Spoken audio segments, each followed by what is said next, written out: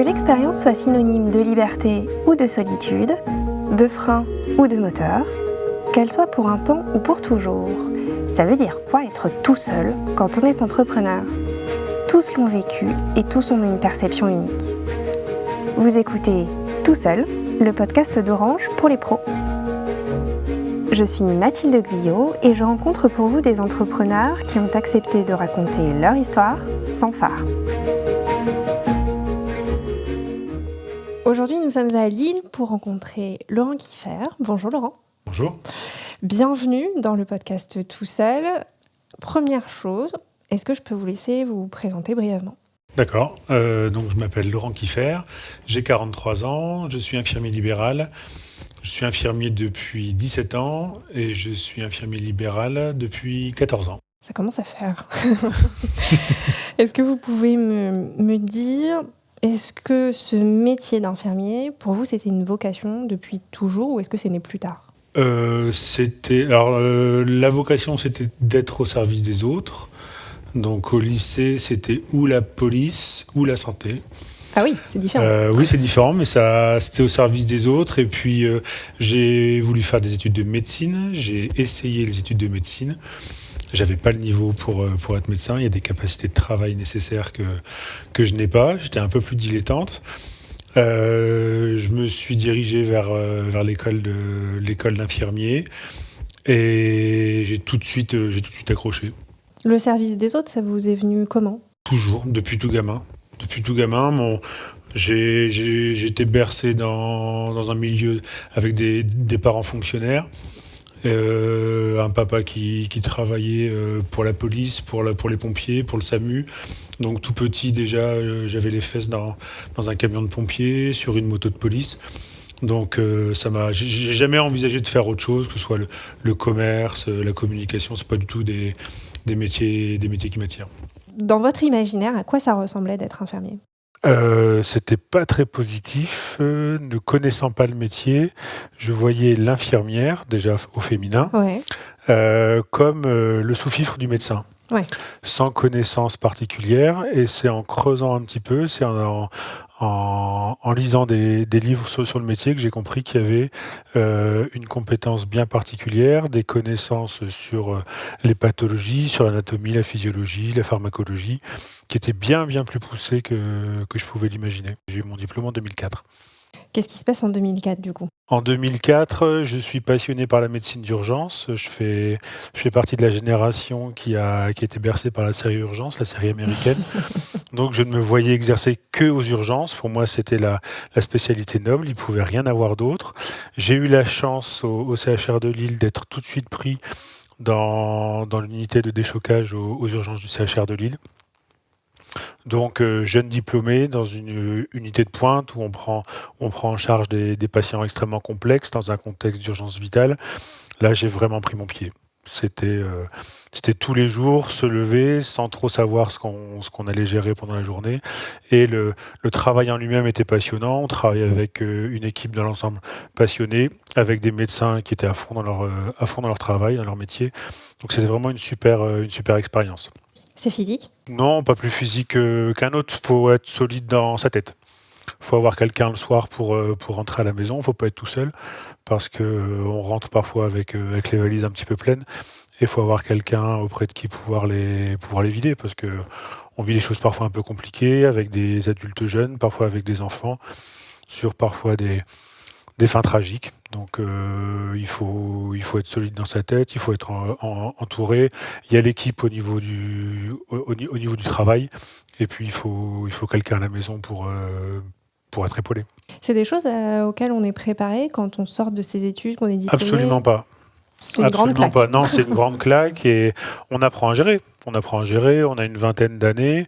On a des expériences, on fait des erreurs, on se trompe, on se rend compte que parfois il faut prendre un petit peu de distance par rapport à certaines situations parce que sinon on n'arrive pas à les gérer. Et puis avec le temps, c'est un peu plus facile. Mais dans tous les cas, je resterai toujours marqué. Ça fait 14 ans que je suis parti.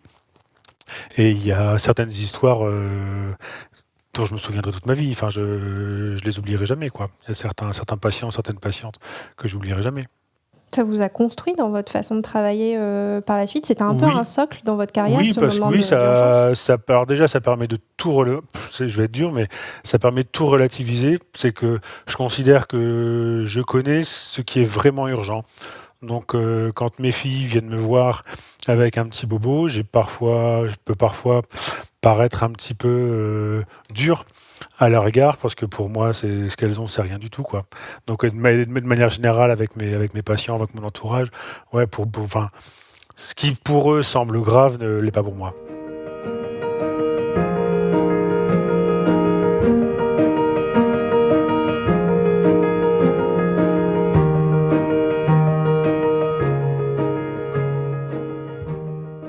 Vous passez 3 ans du coup aux urgences. C'est ça. 3 ans de bonne adrénaline. De bonne adrénaline. En équipe. C'est ça. Et là, vous vous dites, je vais travailler tout seul. Oui, parce que si le travail en lui-même est passionnant, si l'équipe avec qui on travaille est passionnante, la structure hospitalière, elle épuise. C'est que Qu'est-ce qui épuise? l'encadrement, les règles, certaines règles stupides, un encadrement parfois complètement déconnecté de la réalité, euh, parfois des carences en matériel, des carences en moyens humains, être systématiquement rappelé sur ses jours de repos, voilà, c'est fatigant. La rémunération, alors on vient de quitter une crise sanitaire majeure, il y a eu le Ségur de la santé, les salaires ont été revisités. C'est bien, mais pour moi, c'était il y a plus de 15 ans, et déjà à ce moment-là, je sentais qu'il y avait un problème et que l'hôpital était absolument pas, que c'était pas prêt de changer pour tout de suite, quoi. Et que c'était pas suffisant. Et que c'était pas suffisant, donc on faisait un super boulot, c'était passionnant, mais la structure hospitalière en elle-même était épuisante. Et également la façon dont la structure hospitalière prend soin de son personnel et des patients. C'est que parfois, on a l'impression que le patient n'est aucunement la finalité, en fait. C'est que ce qui préoccupe avant tout l'hôpital, c'est l'hôpital lui-même, c'est la gestion du personnel, la gestion du stock, la gestion du budget. Et si le patient arrive à se glisser dans tout ça, tant mieux pour lui. S'il n'y arrive pas, eh ben, tant pis, il faut qu'il fasse avec. Du coup, qu'est-ce que vous êtes dit? Vous avez eu un sentiment d'injustice, un sentiment de frustration? Il y avait de la frustration et il y avait l'intime certitude que si je faisais les choses à ma manière, je les ferais bien. Et que donc que ça allait marcher, parce que pour se lancer tout seul en libéral, à un moment donné, alors pour moi en tout cas, moi je me suis lancé à partir de rien, à partir de zéro. Et donc du coup, là, ça fait 14 ans maintenant. C'est ça. Vous reviendrez pas en arrière, j'imagine. Vous Absolument retournerez pas, pas. surtout pas. Mais même si ça peut vous manquer parfois, ce côté un peu d'adrénaline et côté collectif de ce que vous avez vécu Tout en à fait. urgence. Oui, le fait de travailler en équipe parfois manque. Alors, à domicile, parfois on travaille avec d'autres structures. On travaille avec des auxiliaires de vie, on travaille avec des services d'hospitalisation à domicile, on travaille avec des prestataires. On croise les kinés, on croise les médecins, les relations sont pas du tout les mêmes qu'à l'hôpital. Donc on n'est pas 100% seul, mais on est toute la journée quand même tout seul dans sa voiture pour aller de patient en patient. Mais c'est une question de tempérament. Moi, ça me convient parfaitement, j'aime ça, et les patients me le rendent bien. Quand vous créez votre cabinet, du coup, il y a 14 ans, est-ce que c'est un tout nouvel univers dans lequel vous êtes un peu perdu? Parce que bon. Alors en fait, j'ai pas créé. Ou est-ce que c'est encadré? J'ai pas créé mon cabinet tout de suite tout seul. J'ai d'abord travaillé pendant 2 ou 3 ans pour un autre cabinet, ce qui m'a permis de découvrir le milieu et ses spécificités, notamment administratives, c'est quand même pas rien.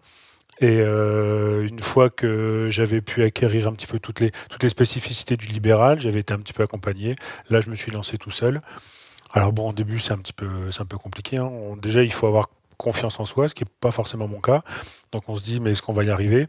Et puis, on a le soutien de quelques médecins, quelques pharmaciens qui nous font confiance, qui nous envoient un petit peu de travail.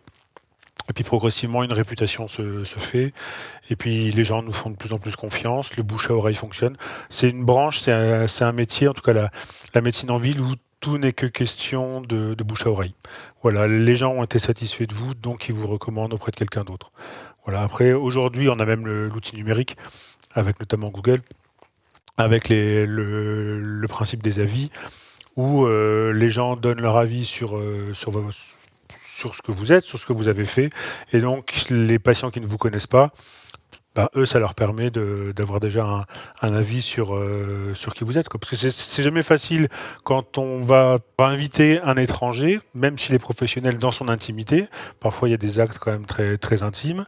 Quelqu'un qu'on ne connaît pas, c'est quand même pas facile de choisir uniquement à partir d'une adresse ou à partir d'un référencement.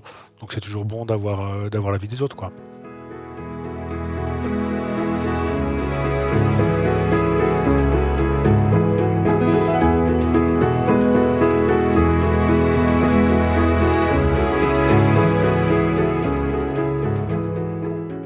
Est-ce que vous avez retrouvé toutes vos marques assez rapidement? Parce que c'est aussi un autre métier qu'on réapprend, parce que c'est pas le même environnement, le même C'est cadre. pas le même environnement, c'est pas les mêmes relations avec les autres professionnels. Notamment la relation au médecin, on est plus dans une relation. Alors à l'hôpital, c'est une relation un peu plus hiérarchique. Le médecin dit, vous appliquez.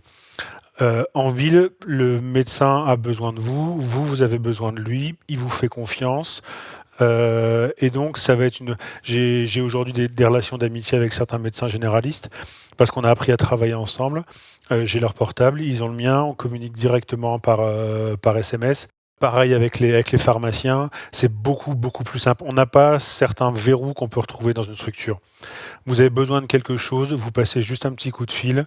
Les gens vous connaissent déjà, vous demandez un petit renseignement, vous demandez un service. Un patient ne retrouve plus sa carte de mutuelle, vous en avez besoin pour faire la facture. Vous appelez son pharmacien et il va vous envoyer sa fiche mutuelle et le problème est réglé, quoi. Vous avez besoin de matériel de manière précise et rapide. Un soir à 19h, il me manquait une seringue très particulière pour faire une injection d'allergène. C'est des seringues vraiment très particulières avec des tout petits volumes. J'ai appelé un pharmacien, il était 19h10. Il a laissé sa pharmacie ouverte pendant 20 minutes de plus pour que je vienne chercher le matériel chez lui. Voilà, ça, tout le monde va y mettre un petit peu du sien. Alors que parfois en structure hospitalière, mon travail c'est de finir à 17h, à 17h01, il n'y a plus personne. Est-ce que ça fait partie des avantages de travailler en libéral, c'est de pouvoir aménager un petit peu son emploi du temps comme on Complètement. Alors étant titulaire de mon cabinet, je travaille avec une collaboratrice, Sarah. Heureusement qu'elle est là, elle me permet de me soulager. Je fais notre planning en collaboration avec elle, je lui impose aucun planning. Je lui propose des dates de vacances. L'avantage, c'est que je sais exactement quand je pose mes vacances. Si je souhaite avoir un week-end de libre, je peux l'avoir. Quand je connais certains collègues de l'hôpital où ils ont leur planning imposé 2 semaines, 2 semaines juste à l'avance. Ça, pour une vie de famille, pour une vie sociale, c'est totalement ingérable. Au niveau horaire quotidien, je me suis fixé moi-même des limites. J'ai pas envie de travailler avant 7h le matin et je veux que le soir à 20h, je sois rentré chez moi. Vous avez trouvé vos marques facilement ? Complètement. Alors au tout début, on est un petit peu perdu, donc on commence à accepter des actes ou des soins un petit peu loin, donc on passe plus de temps dans sa voiture que chez les gens, et puis on se fait nos expériences. Et puis après, on fixe des limites, et puis parfois même directement avec les gens, parfois même directement au téléphone. Ça m'est arrivé ce matin. Parfois même au téléphone, on sent que c'est une personne qui va être un petit peu compliquée à gérer. Qui prévient au dernier moment, ou qui prévient pas du tout, qui s'absente sans nous prévenir, donc on se déplace pour rien. Ces patients-là, moi je cours pas spécialement après. Donc quand je sens que le patient va être un petit peu compliqué, il m'arrive de refuser des soins. C'est une liberté aussi qui est accordée par le statut. Exactement. Voilà, notre seule obligation, bien sûr, c'est la situation d'urgence, où là on n'a pas le droit de refuser le soin, et c'est légitime, c'est normal. En revanche, quand avec un patient, ça passe pas très bien, on peut très bien dire au patient, écoutez, madame, monsieur, votre comportement, votre façon de nous traiter avec ma collègue ne nous convient pas, il va falloir trouver quelqu'un d'autre. Donc il y a des règles à respecter, on fait un courrier recommandé, on doit joindre une liste avec les collègues du secteur, il faut laisser un certain délai, et on peut très bien se séparer d'un patient et ça se passe bien. Vous me parliez tout à l'heure de Sarah, Oui, votre collaboratrice. Est-ce qu'elle est là depuis le début ou est-ce que vous êtes resté Non, j'ai eu tout seul plusieurs pendant un moment? collaborateurs. Alors parfois j'ai eu des belles expériences. J'ai eu des expériences un petit peu plus difficiles parfois avec des personnes qui convenaient pas. Est-ce que c'est facile de Absolument trouver? pas. Non, parce que c'est de l'humain et c'est de la gestion. C'est de la gestion de la ressource humaine en fait. Et ça, je sais pas faire. Voilà, je fonctionne qu'à l'affect. Et du coup, quand ça se passe mal, je suis complètement perdu. J'ai pas forcément les réactions adaptées. Ça se passe pas bien. En revanche, avec Sarah, ça fait 2 ans qu'on travaille ensemble et on fonctionne très très bien. Voilà, elle a bien compris quelles étaient mes attentes. À chaque fois que je pars en vacances, parfois 1 semaine, 2 semaines, quand je reviens, je pose toujours la question comment ça s'est passé pendant mon absence. Et dans 99% des cas, j'ai toujours des gens qui sont absolument ravis du travail de ma collaboratrice. Est-ce que vous avez eu envie à un moment d'agrandir encore votre cabinet? Alors, je me suis posé la question il y a plusieurs années. J'avais la possibilité d'accepter plus de soins lourds et donc d'être obligé de recruter et de devenir une sorte d'usine à soins. Et j'ai refusé parce que je suis conscient de mes limites. Ça, je pense qu'en tant que... Dès lors qu'on gère la plus petite entreprise possible, il faut être conscient de ses limites. Et moi, ma limite, c'est la gestion des collaborateurs. Je sais que je suis pas bon. Si on me demande de gérer des conflits entre collaborateurs, de gérer des plannings, de mettre tout le monde d'accord, voilà, ça, je sais que c'est pas du tout mon truc. Je suis pas bon là-dedans. Donc, j'ai préféré rester une toute petite structure, rester à 2. Et ça fonctionne très bien comme ça. Donc, il n'y a pas de raison de changer une équipe qui gagne.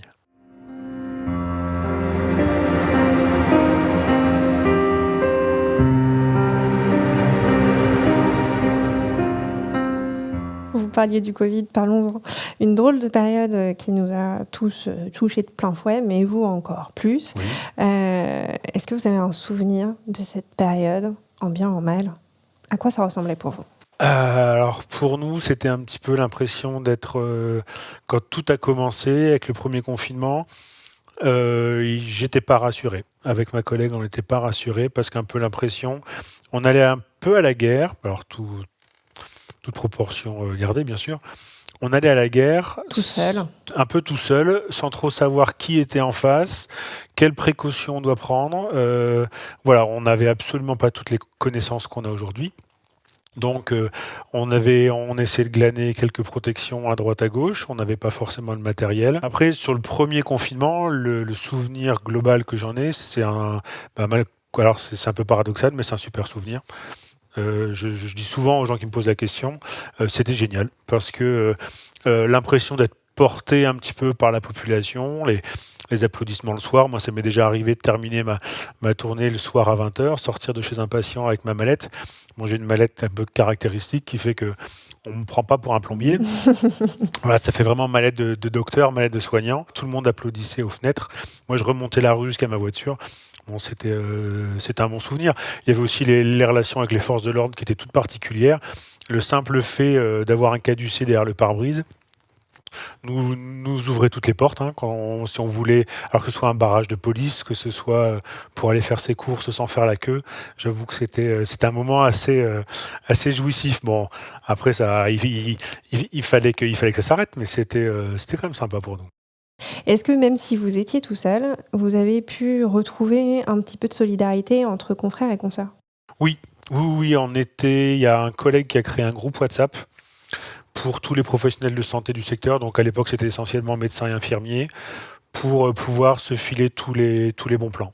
Voilà, telle personne a des blouses à usage unique et propose d'en donner. Je me souviens qu'on avait été aussi contacté par un groupe de personnes qui avaient des imprimantes 3D. Et avec ces imprimantes 3D, ils fabriquaient des visières de protection. Et donc, on n'avait que des FFP2. Moi, j'avais commandé des lunettes de VTT pour me protéger les yeux. Mais la visière, c'était comme un bon outil. Et sinon, entre nous, c'était le groupe WhatsApp pour pouvoir un petit peu ne pas se sentir seul. Et puis, malgré tout, on a toujours un point d'attache commun à tous. C'est le laboratoire d'analyse médicale. C'est l'endroit où on se retrouve. Donc, on échangeait entre nous et puis ça nous aidait un petit peu à... C'est un peu votre bar à vous, quoi. Sur le Sauf comptoir. qu'on n'y sert que du café et du chocolat. Mais oui, un petit peu, le laboratoire, c'est là où on se retrouve, on se croise et où on peut échanger, ouais. Vous avez une activité, d'infirmier libéral, mais je sais qu'à côté, vous avez aussi d'autres, types d'activités. Bah, alors oui, effectivement, j'ai un peu tendance à m'ennuyer rapidement. Donc, sur mes jours de congé, je travaille également comme formateur en plaie cicatrisation. Je me suis spécialisé dans ce domaine en 2015 et j'avais à cœur de transmettre. J'avais envoyé quelques CV, quelques sociétés m'ont rappelé pour me donner ma chance et j'ai commencé comme ça. Ensuite, une grosse société m'a rappelé, c'est la société e-Pansement. Le président d'e-Pansement m'a appelé parce qu'il avait bien un formateur et à peu près 2 ou 3 fois par mois, alors ça c'était avant le Covid, 2 ou 3 fois par mois, j'intervenais auprès d'infirmiers libéraux pour les former en plaie cicatrisation. Et ça c'est vraiment une activité qui me tient à cœur parce qu'on a un métier où on est très isolé. Et là, pendant 2 jours, je vais être avec d'autres collègues, des confrères, des consoeurs. On a 2 jours, ils sont une petite dizaine. Alors bien évidemment, ils sont là pour apprendre quelque chose, mais on va aussi échanger. Absolument surtout, on se donne des tuyaux et parfois je reste même en contact avec certains parce que ça fait des belles rencontres. À quel moment est-ce qu'on se sent légitime pour commencer à transmettre son savoir? Alors ça c'est très compliqué. Je suis quelqu'un qui a énormément de problèmes avec la légitimité, donc je compensais ce que je pensais de l'illégitimité par le travail. Donc, lire toutes les revues scientifiques, être toujours au top, de façon à faire face à la petite question qui peut venir nous gêner. Et c'est des collègues formateurs à qui j'en parlais, parce une fois dans un congrès, on m'a proposé d'animer des modules, d'animer une conférence devant tout un parterre d'autres infirmiers ou médecins également spécialistes. Donc je me suis dit, mais non, je suis absolument pas légitime pour parler devant ces personnes. Et c'est mes collègues de chez e-Pansement qui m'ont dit mais si Laurent, tu as complètement les compétences et tu as tout à fait le bagage pour parler à ces gens-là, et il faut vraiment que tu te lances. Et là, progressivement, j'ai commencé à prendre confiance en moi. Également, quand un éditeur m'a appelé pour écrire un livre, au tout début, je me suis dit que j'étais absolument incapable de le faire. Et puis j'ai commencé à écrire juste un chapitre test parce que l'éditeur me l'avait demandé. L'éditeur était ravi du chapitre test, m'a demandé de continuer. Donc là, j'ai commencé à me sentir légitime.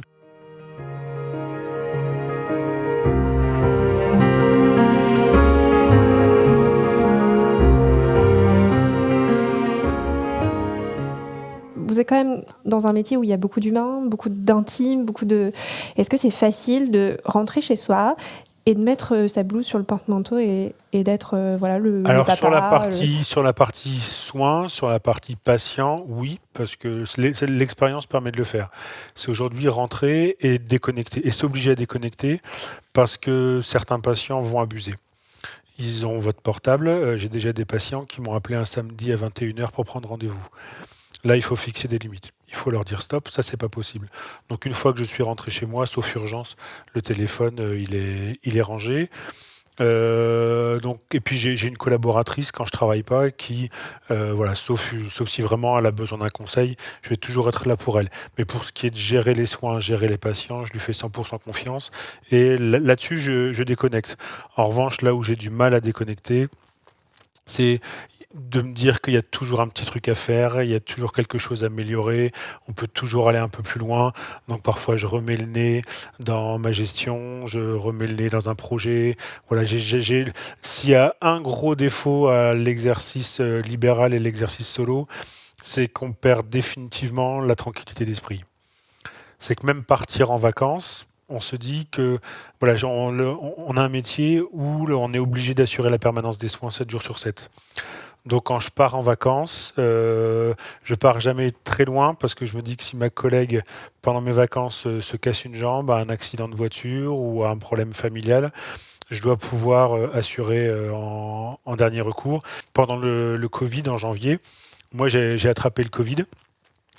Donc ma collègue a tout de suite su s'adapter pour prendre le relais pendant une semaine. Malheureusement, avant mon retour, elle aussi a attrapé le Covid. Il se peut qu'on l'ait attrapé auprès de la même patiente. Donc on a eu le Covid tous les deux en même temps et personne pour remplacer. Là, ça a été un gros moment de stress. C'est que j'ai activé tous les réseaux possibles, WhatsApp, Facebook, tous les groupes d'infirmiers libéraux. J'ai téléphoné à droite à gauche. J'ai passé une après-midi entière pour que, in fine, ce soit quelqu'un de totalement inconnu qui a vu passer un message sur Facebook et qui m'a dit je vais l'aider quoi. Et il m'a appelé, il m'a dit écoute, ta tournée de demain, c'était vraiment pour le lendemain. Le lendemain matin, il n'y avait personne pour aller travailler. J'étais presque prêt à aller travailler avec le Covid, alors en mettant un masque FFP2, en me protégeant, mais j'étais presque prêt à aller travailler avec le Covid si je trouvais personne. Et c'est Corentin, un infirmier du coin, qui a vu passer le message et qui s'est dit on va pas le laisser tout seul. Il m'a appelé, il m'a dit mais ta tournée, je la fais demain quoi. Vous avez aussi la réputation d'être quelqu'un d'extrêmement solaire, souriant et d'être proche des gens. Et ça, est-ce que c'est important dans votre métier et dans l'exercice libéral ? Complètement. On va chez des gens qui parfois n'ont que votre seule visite dans la journée, qui parfois n'ont plus de contact avec leurs enfants, dans des contextes parfois très compliqués, des contextes sociaux très compliqués, des gens qui vivent avec 800 € par mois dans des HLM.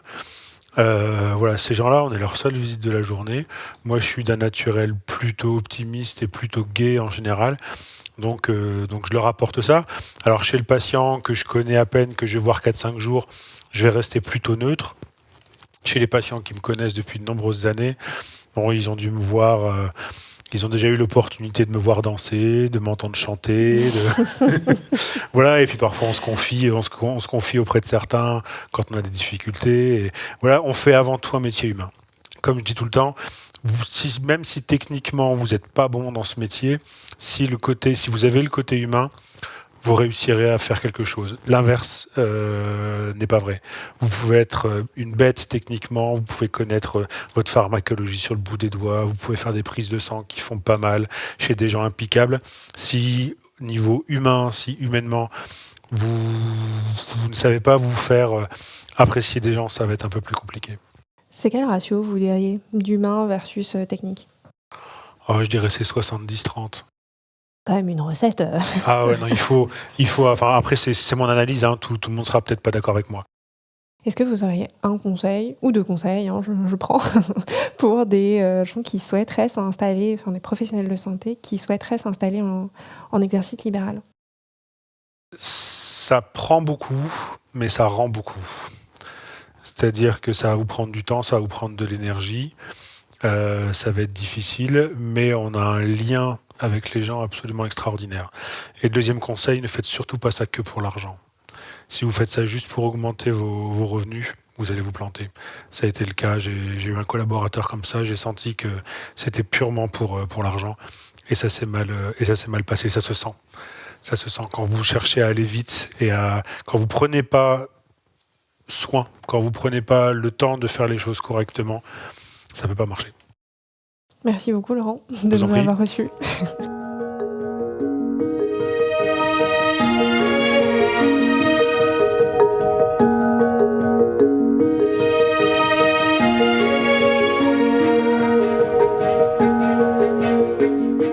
Vous écoutiez Tout Seul, un podcast produit par Orange pour les pros.